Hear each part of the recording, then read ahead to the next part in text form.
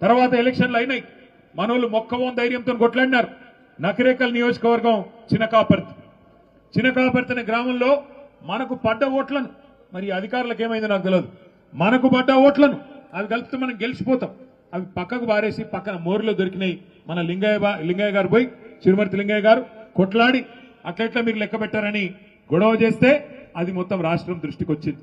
అట్లాగే ఇక్కడ రాఘవాపురం గాని, వాసాల మరి గాని మీ యాదాద్రి భువనగిరి జిల్లాలో గెలిచిన వాళ్ళని కావాలని ఇవాళ దగ్గర రాష్ట్రం మొత్తం నిన్న కూర్చొని లెక్క తీసినాం మన పార్టీ ఆఫీసులో. రాష్ట్రం మొత్తం ఒక 100-150 గ్రామాలు ఇట్లున్నాయి.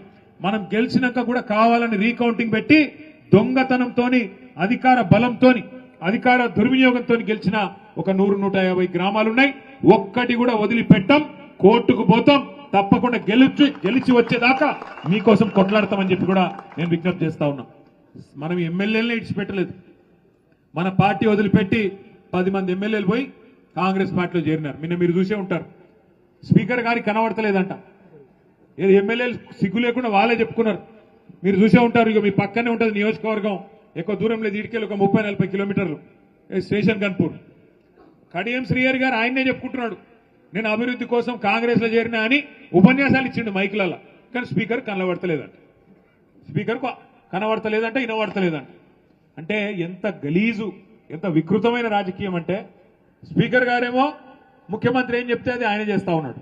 ఇంకా గలీజ్ ఏంటంటే 10 మంది ఆ ఎమ్మెల్యేలు ఎవరైతే పోయినారో వాళ్ళు ఇలా ఆడనా మొగనా చెప్పమంటే చెప్పాలని పరిస్థితులు ఉన్నారు. వాళ్ళు ఏ పార్టీ రబ్బాయి నీదంటే ఏ పార్టీ ఆనికి తెలియదు. ఎంత సిగ్గుమాలిన పరిస్థితి. ఒక్కొక్కరు 70 ఏళ్ళకి వస్తే 75 ఏళ్ళకి వచ్చిండు పోచారం శ్రీనివాసరెడ్డి. ఏం రోగమైనా నాకు అర్థం కాదు. ఈ వయసులో ఓసారి స్పీకర్, ఓసారి మంత్రి, ఇంకేం చేస్తాడు కేసీఆర్? నీకు సిగ్గు లేకుండా కాంగ్రెస్ లో చేరి ఇలా ముఖం ఎక్కడ పెట్టుకోనా తెలియక కాంగ్రెస్ లో దిక్కు కూర్చున్నాడు. ఏది ఆ అసెంబ్లీలో కూర్చుంటే మొన్న స్పీకర్ ముంగట మనోళ్ళు అడిగిరట, మరి నువ్వు మా ఓన్ అయితే గట్టెందుకు కూర్చున్నావా? బాత్రూమ్ దగ్గర ఉంది, జల్లి పోయేది ఉంటుంది.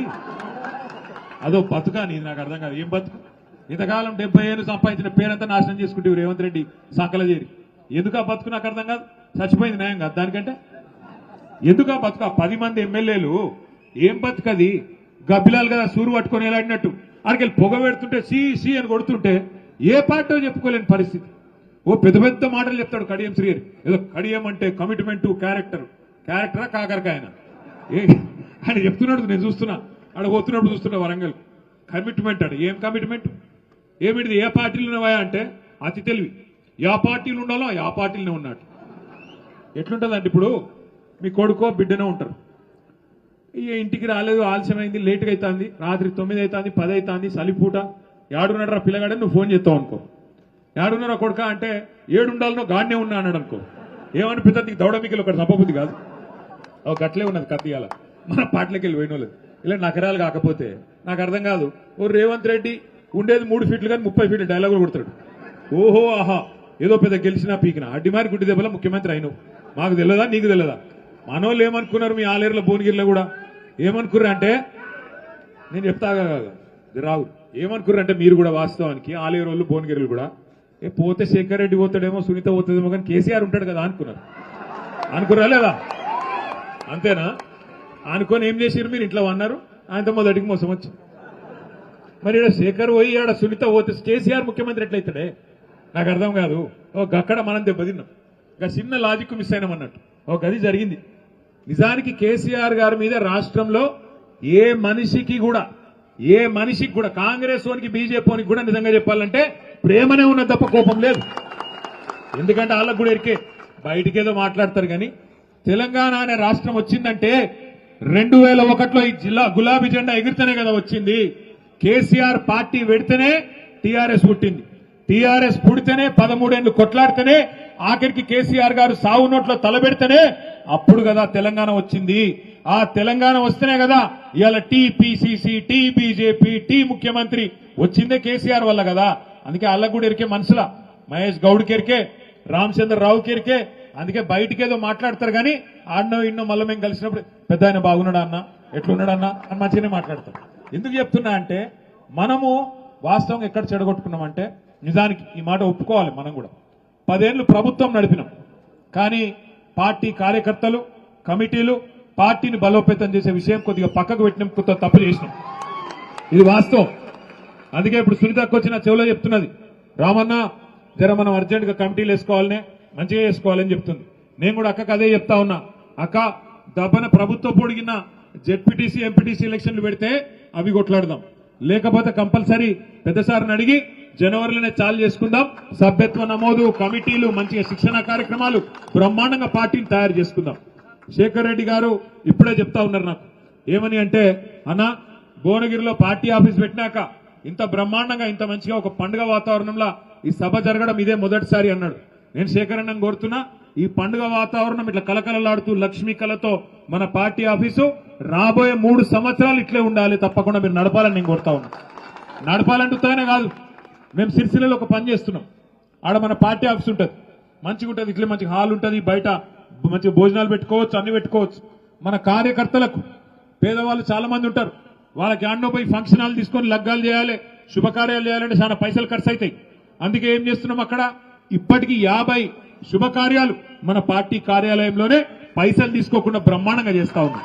అట్లాగే ఇక్కడ కూడా భువనగిరిలో, ఆలేరులో ఎవరికి కావాలన్నా మన పార్టీ కార్యాలయం పేదవాళ్ళు అయితే చాలు వాళ్ళకి ఇవ్వండి.